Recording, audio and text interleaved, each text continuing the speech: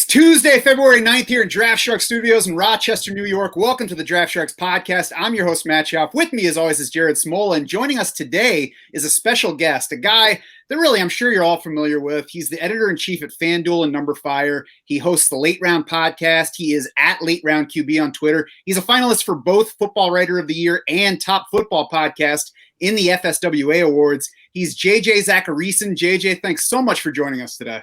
Yeah, guys, thanks for having me. I really appreciate it.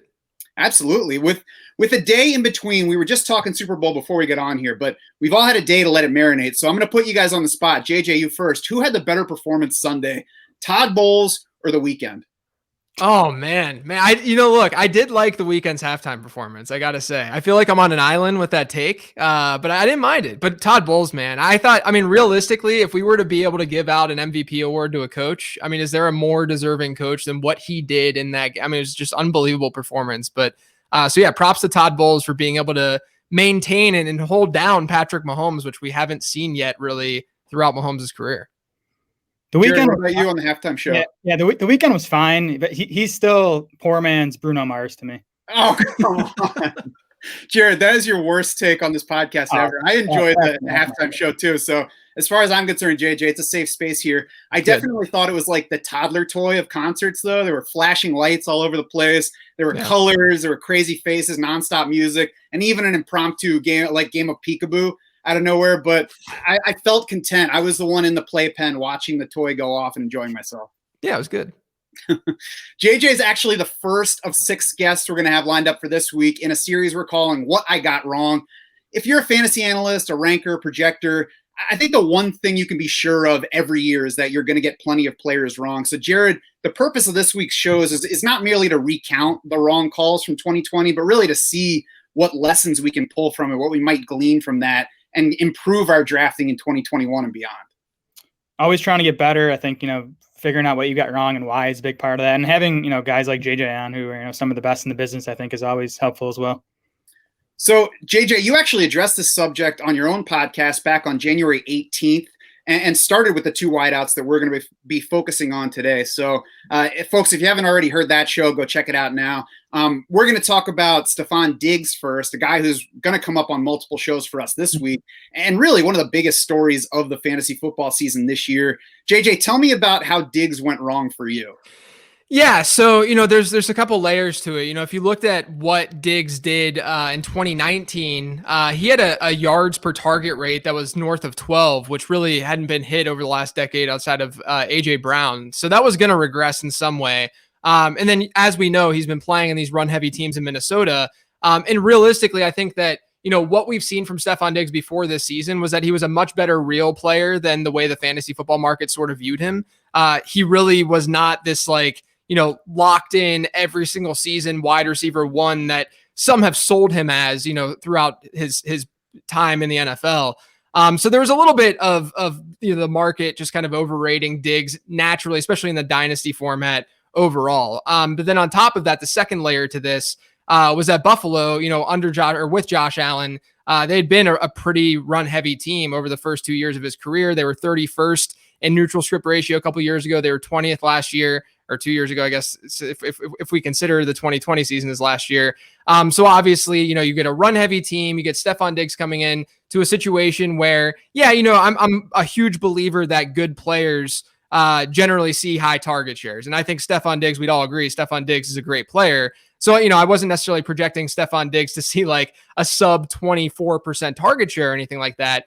But when you're projecting it and you're looking at it, you could see a scenario where he barely got over, maybe 110 targets or something like that. So it was harder to see where that ceiling was coming from. And so, I did some work too, looking at, how wide receivers in these run heavy teams have produced historically. Since 2011, 17% of teams have had 500 or fewer pass attempts, and only 4.4% of wide receiver one seasons have come from those teams. And then 30% of teams had 525 or fewer pass attempts, and only 11.5% of the wide receiver ones have come from those teams. So situationally, Stefan Diggs' situation did not project to be very strong. And then on top of that, like I said, he had that regression coming in the yards per target department. So all of that combined was one of the main reasons I wasn't on him very heavily this year.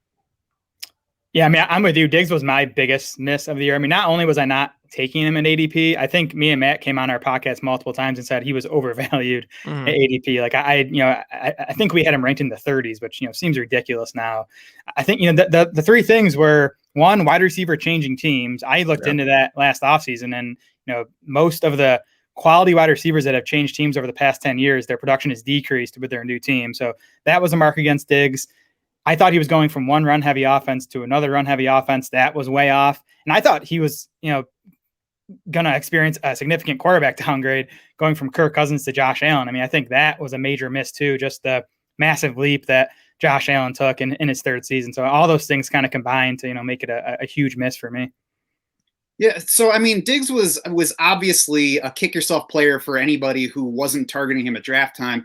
I don't think – the thing that makes me not as bothered as I might otherwise be about a miss like this is I don't think this ultimate ceiling was foreseeable. I mean, JJ, you've already hit on the reasons here. I mean, for him, it was really a confluence of the Bills throwing a lot more than we've seen them do, Diggs absorbing a dominant share. I mean, like you said, you weren't projecting him for under 24%, but I don't think anybody was projecting him for 28%. Right. Maybe we should have considered that more of a possibility after they traded a first-round pick for him. But, it's still betting on something that we don't have any precedent for, especially a guy going to a new team. And John Brown was coming off a pretty good season in 2019. And then the final piece was Josh Allen improving a ton as a passer over his previous 2 years. So, I mean, if you thought even all three of those things had a shot at happening, then you certainly should have bought Stefon Diggs at his price.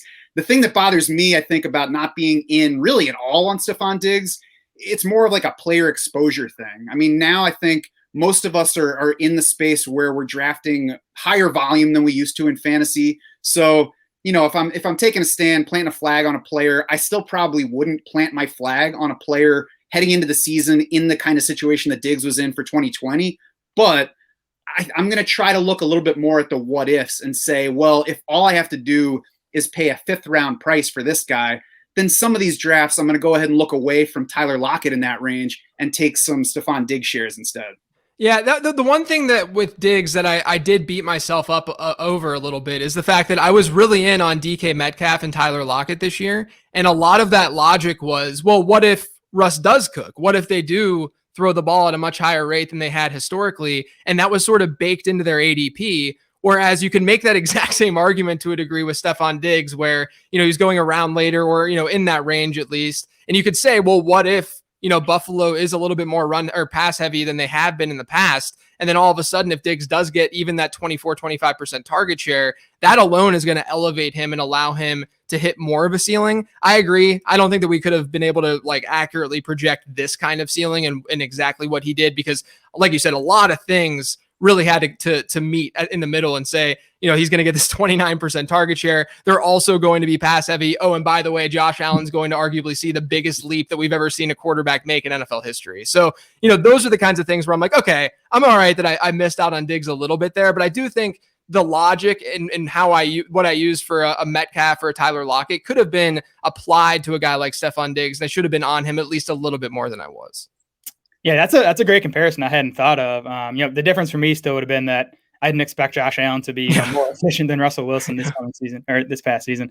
One final point on Diggs, I think I might have underrated, is the fact that the Bills gave up a 1st-round pick for him. Like, we don't see teams trade 1st-round picks for non-quarterbacks hardly ever. So that should have told us that they love the guy. He was going to see a massive target share. Maybe that even should have told us that they were preparing to move towards at least a more pass-heavy offense, even if we couldn't have predicted them to be as pass-heavy as they were.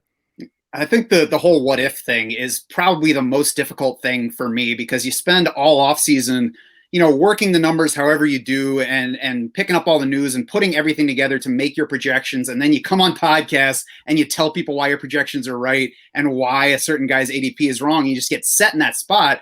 And I think it's important to, if we know that we're going to get things wrong, then we got to look at some of these guys and say, well, what if this happens for this guy? And if I only have to buy him at this price, even if I don't think he belongs there, could he belong there? Yeah. So maybe I should get some. So next up here is Keenan Allen. And honestly, this is one that started making me feel uneasy back at draft time. Like watching Keenan Allen go in pretty much the same range as Stefon Diggs in ADP and thinking, I don't know, are we all collectively underrating him? I can't really say why he would be underrated here because it seems appropriate, but it just made me feel a little uneasy at that point. Where were you on Keenan Allen for 2020? Yeah, so I definitely was lower than the consensus on him. He was one of those players though, where like if I looked at my rankings versus where he was going, it really wasn't dramatically far off. I think that you can make the argument for Stefan Diggs too. It's just that there were other guys in that area that I tended to just gravitate towards more. But with Allen, I was just worried about sort of the obvious. Phillip Rivers, he had played his entire career with him. I do think Allen, again, is an elite, very, very good wide receiver. So he's going to demand and command some sort of target share. But even still, he had 3 straight seasons of a 26% plus target share, which is not easy to do. I mean, over that time frame, he owned 12.5% of all 25 or 26% plus percent target shares. I'm saying percent a lot there because it's very hard to say. But basically, he was getting a lot of volume in that offense with Phillip Rivers. And so, the thought was entering the season, what's this going to look like without Phillip Rivers there? You have Tyrod Taylor, who didn't necessarily mesh with what Keenan Allen had done well, and with those lower A dot routes and being able to be more of that possession guy. Phillip Rivers, when you look at Rivers versus Tyrod and the type of quarterback they are, very, very different. And that at least was some sort of red flag. And then obviously, we didn't know. I had no real take about Justin Herbert. I mean, I didn't think that he was necessarily bad, but I just generally, quarterback evaluation, I've tried to have a very open mind about the variance of what a quarterback will do, not only in his rookie season, but across his career. And so with Justin Herbert, I wasn't necessarily, saying that he was going to be horrible or he was going to be really good, but he hit. I mean, he hit on an insane level, right? And so I think I'm apologizing. I'm more okay with the miss on Keenan Allen than I was on Stefan Diggs, just because I think a lot of things, especially at the quarterback position, hit in Allen's favor for him to have the season that he had. Not only that, but with Diggs, Diggs just had a way, way better season than Keenan Allen did, just generally speaking. So it's easier to miss on Allen than miss on Diggs. But I think the quarterback position really comes down to that for Allen and why he was able to continue to elevate his play and play so well. I mean, I think the Keenan Allen and Stefan Diggs situations are pretty similar. Like, they're guys we knew are big time talents. We had questions about their offenses in general and their quarterback play. And in both instances, the offenses were better than we expected. The quarterbacks, I think, were much better than we expected. So I guess maybe the lesson here is, and it's been said before, is just bet on talent, maybe especially a wide receiver, because, I think we know that targets are earned by talented guys. So, regardless of supporting cast and situation, these guys are going to get their volume, and, volume matters more than anything else in fantasy football. I think a couple other things at play here was the beard, because usually guys with beards like that are either guards or Eric Weddle. But also, I look back at my projection for Keenan Allen, and really I think what was most wrong about it was the Chargers are running a lot more offensive plays than I would have guessed. And obviously we know that that's volatile. That's going to be all over the place. But they ran 130 more plays than in 2019, 182 more than in 2018. So I had him for about the share that he got, but I had him for way fewer targets than he actually got. Other numbers were pretty much in line. So, that's one of those things that's tough to project. It's, again, the what if. But as you brought up, JJ, the guys around him in the draft, DK Metcalf, Adam Thielen, Tyler Lockett, Terry McLaurin. So there was plenty of other value. And I think I wasn't necessarily buying Keenan Allen there. But as you kind of alluded to, it's not a big regret for me because these other guys also gave us production when they were on the field. Tyler Boyd was behind him. A couple rounds later was Jarvis Landry, who was kind of a similar profile heading into the season as Keenan Allen. So, it's kind of tough to kick yourself too much on Keenan Allen when there are similar values around the board. And really, I felt like last year in that range from like round 4 through round 8 or 9, you could find value wide receivers at any point. So it made it even tougher to say Keenan Allen's a value because, there are all these steps that you could take from there. For sure. Well, finally, we have Mr. Late Round QB on the show today. So I think we'd be remiss if we let you go without taking the temperature of the current QB landscape. I heard you, JJ, on the couch with Sigmund Bloom last summer talking about how we're all kind of collectively, basically appropriately valuing QBs in fantasy drafts at this point. I know you addressed it on your own podcast as well. So where do you sit on that after watching the 2020 season play out?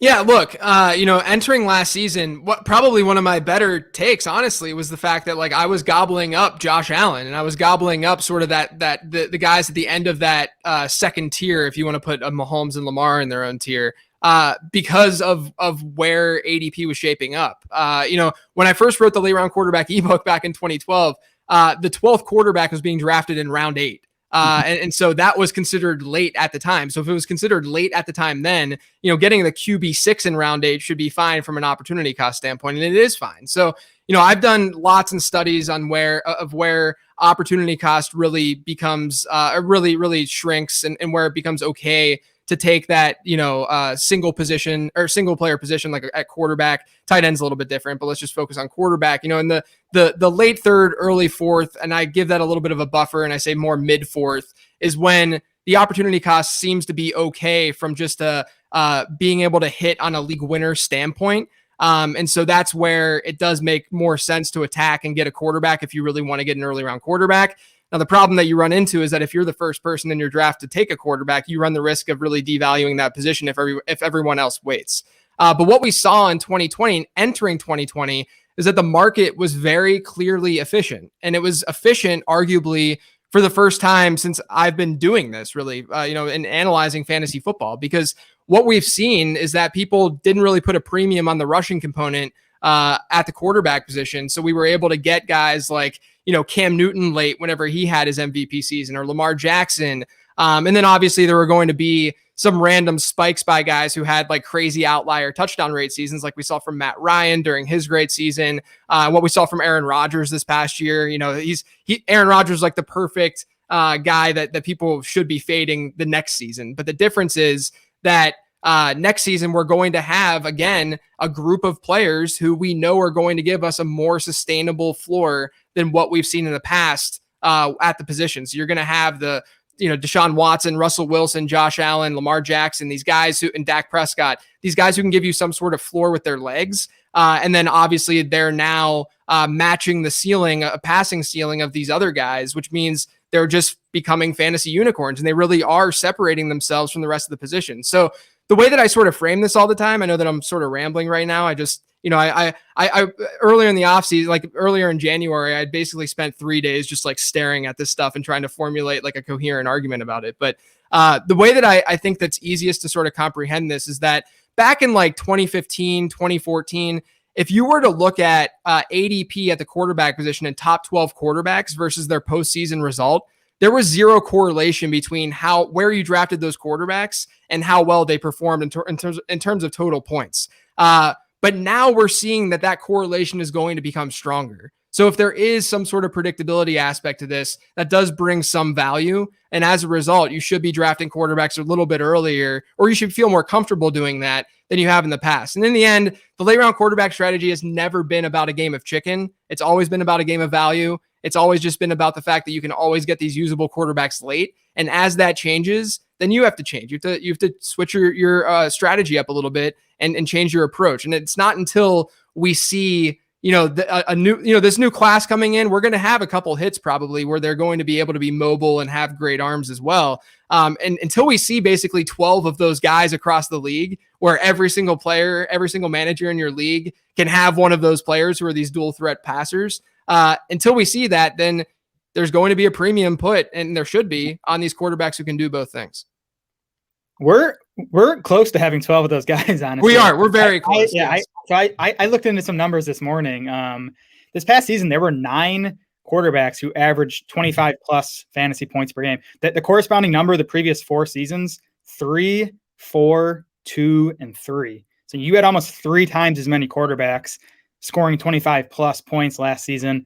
We didn't really see an increase in total number of quarterbacks scoring 20 plus points. That was 18 last season for 17, 21, 13, and 18 the previous 4 seasons. So we're seeing a bigger gap between, those top end guys and sort of the streaming level guys. And the thing about the 9 quarterbacks that top 25 plus last year, only Aaron Rodgers and Russell Wilson are over 27 years old. Mm-hmm. So most of these guys are, in their prime or haven't even hit their prime yet. Then, as you alluded to, JJ, you throw in Trevor Lawrence, Trey Lance, Zach Wilson, these guys who, could join that group within the next couple of years. Again, we could have, 12 quarterbacks who we can project for, somewhere around 25 plus points per game. And then when that happens, you can get back to waiting and just, grab Right. the 12th of those guys. So this year, I mean, obviously drafting is just barely started. It's mostly FFPC at this point for best balls, but I wonder if we're seeing quarterbacks climb up the board again. According to Fantasy Mojo's ADP from those FFPC best ball drafts so far, we got 6 QBs going in the first 5 rounds now, 9 inside the first 6 rounds. So JJ, I wonder if it might be climbing back toward where, I don't know, you should wait a little bit, or if you just think that that's kind of still appropriate for what we're looking at right now. Yeah. So in the end, I mean, where you draft your quarterback should be market dependent, right? It has to be market dependent. And so, if you look at the quarterbacks entering next year, I think that you're going to feel very, very comfortable, with from a ceiling perspective with about 9 guys. So it makes sense that those are the 9 that are being drafted, in the first 6 rounds or so. Like I said, the opportunity cost, once you get past, the 3rd round of drafts, it's really not nearly as significant as people probably think. I think people put a lot of pressure on themselves about hitting on their 4th and their 5th round picks, but the difference between a 5th round pick and a 7th or an 8th round pick is not all that significant when looking at it from an expected value standpoint. So I get it. I think that it does make sense. Now, will I be someone who's drafting, one of the 1st or 2nd or 3rd or 4th quarterbacks? It's unlikely. And will I still be drafting quarterbacks very, very late? If Joe Burrow is able to come back and be healthy enough week 1, or, you're going to be able to get a guy like Ryan Tannehill late still. So like those kinds of quarterbacks, they're still going to be available late. I'm still likely going to, do that in some drafts. But I think that this season, and like we just talked about, there's going to be more guys that are stepping in to be part of this pool of dual threat passers that have that 25 plus point per game ceiling. So this might only happen this year, right? Like we might only have this 2021 season where it makes sense to maybe go a little bit earlier at the quarterback position. But I do think that it does make some sense to do that this year. Yeah, it also might be a year or two if the rest of your league is going to push it up and everybody make sure that they have one by the end of round 5 or middle of round 6, then sit back a little bit and grab a couple of them right after that and kind of get back to what we've been going with here. Exactly. Do you think, by the way, Ryan Tannehill you brought up, you think he checks fantasy ADPs in the morning just to get himself going, fire himself up for workouts? Because that guy is perennially underrated at this point. I say perennially. It's been a year and a half for Tennessee, but fantasy players don't want to put him up around the top 12 yet. Well, the crazy thing was, looking at ADP last year, this is what really made me realize Ryan Tannehill is like the main reason I realized that the market was so efficient because, I mean, you guys have been playing for so long too, but if you looked at ADP historically, it was always, how did this guy finish? Okay, we're going to draft him high because he finished high the previous season. Ryan Tannehill, the QB2, whenever he came back, or whenever he got the starting job 2 years ago. But yet he was still being drafted as like the QB 17, QB 18 last year. That's when the light bulb really went off for me. And I was like, wow, people are understanding this position a little bit more than they had before. But even Ryan Tannehill brings that rushing element to his game. And he had, a nice spike season rushing touchdown wise. So, he's one of those guys that still has that dual threat ability that I think that you'll be able to get late. Mm-hmm. Yeah, we've all gotten too good at this fantasy thing. There's no apparently, yeah. Left. Yeah, we're just so good. One more point, just if you're drafting now, I do think these top end quarterbacks make more sense in early draft because there's so much uncertainty around the league. Like a 5th round pick right now, I think is a lot riskier than your average 5th round pick in August. So, someone like, I don't know, say Kyler Murray is a lot safer relative to others right now than, I think he will be in August. Yeah, that's a good point. That is a good point. That's going to do it for this episode of the podcast. Stay tuned this week as 5 more high-profile guests. Watch that a little bit. High-profile guests join us to make sense of what we got wrong in 2020. If you're not already following JJ Zachariason on Twitter and checking out his podcast, you're probably not paying enough attention. He is, of course, at Late Round QB on Twitter, the Late Round Podcast, wherever you do your listening. JJ, thanks very much for joining us today. Yeah, thanks for having me, guys. Absolutely. You can, of course, find us on Twitter. We are at DraftSharks. Jared is at SmolaDS. I am at SchaufDS. It's SCHAUF. For Jared Smola, JJ Zachariason, and the rest of the DraftSharks crew, I'm Matt Schauf saying thanks so much for swimming with us.